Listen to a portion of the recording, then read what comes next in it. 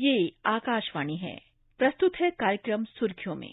इसके अंतर्गत आज सुनिए टोक्यो ओलंपिक की तैयारियों और पदक की संभावनाओं पर सुप्रसिद्ध बैडमिंटन खिलाड़ी और भारतीय बैडमिंटन टीम के मुख्य कोच पुलेला गोपीचंद के साथ आकाशवाणी संवाददाता सिद्धार्थ सिंह की विशेष बातचीत। देश के जो नामचीन खिलाड़ी रह चुके हैं और कोच हैं जिनके नेतृत्व में ओलंपिक में हमारी टीम हिस्सा ले रही है, गोपीचंद जी हमारे साथ हैं। गोपी सर नमस्कार और ऑल इंडिया रेडियो न्यूज में आपका बहुत बहुत स्वागत और अभिनंदन करता हूं। सर, अगर हम ये कहें कि बैडमिंटन को हर घर तक पहुंचाने का जो श्रेय जाता है वो आपको जाता है, क्योंकि आपने जिस तरह का मूवमेंट एक एकेडमी चला के और हमारे जो बडिंग प्लेयर्स हैं उनको गाइड करके किया है, वो अपने आप में बहुत बड़ी बात है। इसके लिए हम आपका बहुत बहुत धन्यवाद करते हैं। सर, इस बार ओलंपिक को लेकर हमारी क्या तैयारी है, कौन कौन से खिलाड़ी इसमें हिस्सा ले रहे हैं? हमारे पास ओलंपिक्स के लिए विमेन्स सिंगल्स में पीवी सिंधु, मेन्स सिंगल्स में साई प्रणीत और मेन्स डबल्स में चिराग शेट्टी और सात्विक साईराज, ये 4 प्लेयर भारत की तरफ से खेलेंगे टोक्यो ओलंपिक्स में। और सभी का प्रिपरेशन अच्छी तरह से हो रहा है। हमारे पास बैडमिंटन एसोसिएशन ऑफ इंडिया और स्पोर्ट्स अथॉरिटी ऑफ इंडिया की सहयोग से अच्छे कोचेस का नियम हुआ है। सो मेन्स सिंगल्स में अगुस जो कोच है वो काम कर रहे हैं। विमेन्स सिंगल्स के लिए पार्क जो कोरियन कोच है वो काम कर रहे हैं। और मेन्स डबल्स के लिए मैथायस बो जो डेनमार्क का ओलंपिक मेडलिस्ट है वो कोच के तौर पे काम कर रहे हैं। तो हमें बहुत अच्छी सहयोग मिली है और इसके वजह से हमारे प्रिपरेशंस भी अच्छी तरह से हो रहे हैं। हमारे खिलाड़ी इस समय कहाँ पे कोचिंग कर रहे हैं और उनकी प्रैक्टिस कैसी चल रही है? ये सारे हैदराबाद में ही है और इनका सभी का प्रैक्टिस यहीं पे हैदराबाद में हो रहा है। पिछले 3-4 महीनों में टूर्नामेंट्स काफी कैंसिल हुए थे कोविड की वजह से, तो हमें अभी डायरेक्टली ही ओलंपिक खेलना पड़ेगा। ये थोड़ी सी मुश्किल चीज है। I think it's the same, बाकी देशों के लिए भी यही परिस्थिति है, तो हम मान के चलें कि ये ठीक है। गोपीचंद जी, जैसा कि आपने बताया कि एक बड़ी चुनौती थी कोविड की वजह से, खिलाड़ियों की प्रैक्टिस नहीं हो पाई और हमारे 2 इम्पोर्टेंट खिलाड़ी जो है, अगर हम किदाम्बी श्रीकांत की बात करें और साइना नेहवाल की बात करें, तो ये दोनों बाद में जो टूर्नामेंट्स नहीं हो सके, जिसकी वजह से ओलंपिक में क्वालिफाई नहीं कर सके ये लोग, क्योंकि बाद के टूर्नामेंट सारे कैंसिल हो गए। तो कहीं ना कहीं ये 2 ऐसे खिलाड़ी हैं जिनसे काफी उम्मीद थी देश को पदक की। यस, काफी अनफॉर्चुनेट है कि ओलंपिक क्वालिफिकेशन के लास्ट के ऑलमोस्ट 6-7 टूर्नामेंट कंटिन्यूसली खेलने का और पॉइंट्स बटोरने का मौका हमें नहीं मिला। और इसके वजह से हमारे खिलाड़ी जो क्वालिफाई हो सकते थे उनमें से मैं मानता हूं कि साइना, किदम्बी श्रीकांत और हमारे विमेन्स डबल्स के अश्विनी पोन्नप्पा और सिक्की रेड्डी, इनका कहीं ना कहीं चांस बनता था। बट जैसे कोविड सिनारियो इतने अनसर्टेन था कि हमें कोई और रास्ता नहीं था, but we had to wait till the last moment and unfortunately we had those tournaments cancel. So इन प्लेयरों को कोई मौका नहीं मिला जो लॉस्ट पॉइंट्स को गेन करने के लिए।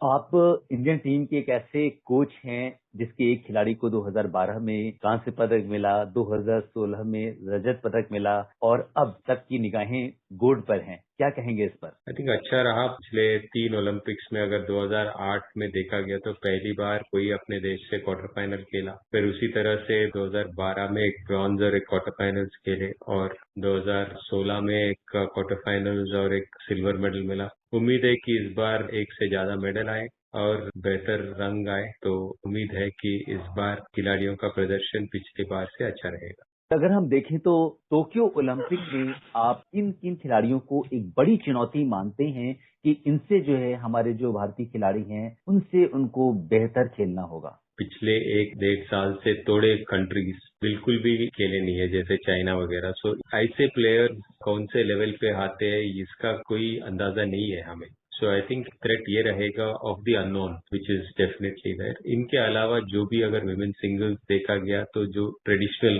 कंट्रीज है जैसे चाइनीज ताइपे, जापान, थाईलैंड, ये मेजर कंट्रीज होंगे कंपटीशन के। उसी तरह से अगर मेन सिंगल्स में देखा गया तो डेनमार्क, जापान, मलेशिया, इंडोनेशिया जैसे स्ट्रॉन्ग कंट्रीज है। और मेन्स डबल्स में ओलंपिक के लिए जो टॉप प्लेयर्स रहेंगे वो इंडोनेशियंस काफी स्ट्रांग रहेंगे। जापान लोकल कंट्री है वो स्ट्रांग रहेगा। गोपी, सिंधु जो है देश के लिए यूथ आइकन है और पूरा देश या पूरा वर्ल्ड उनको फॉलो करता है। किस तरह की संभावना आप देख रहे हैं उनमें? आई थिंक सिंधु का डेफिनेटली पिछले ओलंपिक्स से बेहतर मेडल लाने का मौका है और उनका अच्छा कंपटीशन रहेगा क्योंकि जैसे चेन यूफी और चाइना के जो प्लेयर्स है वैसे ही टाइजुइंग चाइनीज ताइपे के है और जो जापानीज और ताई गर्ल्स है ये अच्छी कंपटीशन देंगे। बट जिस तरह से सिंधु ने पिछले बड़े टूर्नामेंट्स में खेला है उससे उम्मीद ये बनता है कि वो जरूर इस बड़े मुकाम पे भी अच्छा प्रदर्शन कर सकती है। और सरकार ने ओलंपिक की तैयारियों के लिए टॉप्स स्कीम की शुरुआत की थी। बैडमिंटन में टॉप्स स्कीम से कैसे खिलाड़ियों को फायदा मिला? हमें जो भी चाहिए सपोर्ट वो गवर्नमेंट की तरफ से और टॉप स्कीम की तरफ से हमें मिला है। सो खिलाड़ियों के जो नेसेसिटीज है उनको बहुत अच्छी तरह और बहुत जल्दी टॉप स्कीम द्वारा दिया गया और हम बहुत खुश है इस सपोर्ट के लिए। और गोपी, प्रधानमंत्री ही इस पूरे इवेंट पर नजर रख रहे हैं और उन्होंने पहले भी रिव्यू किया था, खिलाड़ियों के साथ भी उन्होंने बात की। कैसा अनुभव करते हैं जब देश का जो शीर्ष नेतृत्व है वो खिलाड़ियों से बात करता है?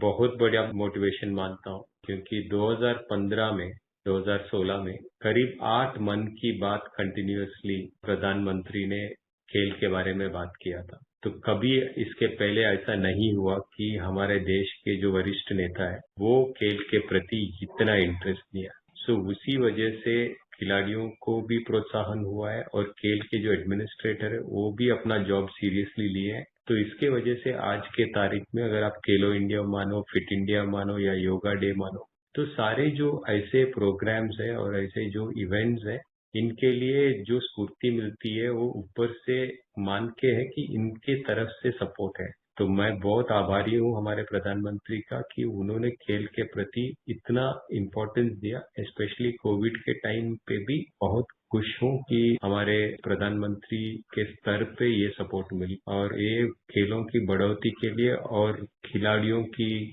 मेंटालिटी के लिए जो मेंटल स्ट्रेंथ है उसके लिए बहुत काम आएगा, ऐसा मैं मानता हूँ।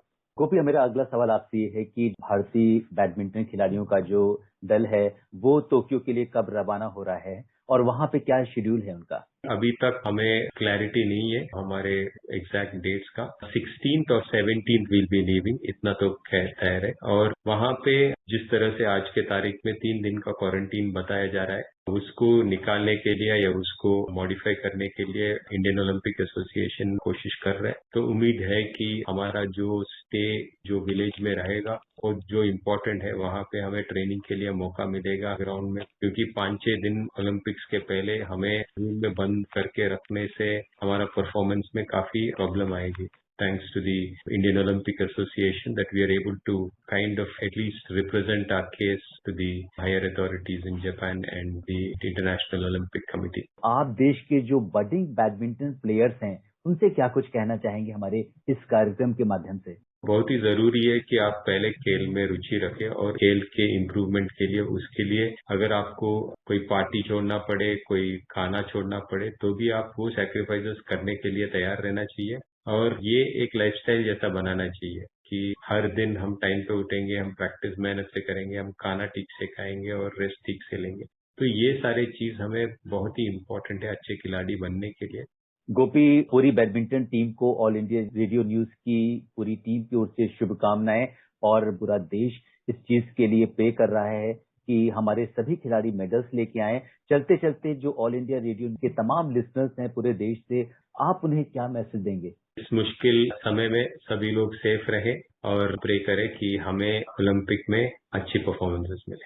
आकाशवाणी समाचार से जुड़ने के लिए बहुत बहुत धन्यवाद। Thank you. अभी आप सुन रहे थे टोक्यो ओलंपिक की तैयारियों और पदक की संभावनाओं पर सुप्रसिद्ध बैडमिंटन खिलाड़ी और भारतीय बैडमिंटन टीम के मुख्य कोच पुलेला गोपीचंद के साथ आकाशवाणी संवाददाता सिद्धार्थ सिंह की विशेष बातचीत। ये कार्यक्रम आकाशवाणी के समाचार सेवा प्रभाग द्वारा प्रस्तुत किया गया। इसे आप हमारे mobile app news on AIR और YouTube channel news on AIR official पर भी सुन सकते हैं।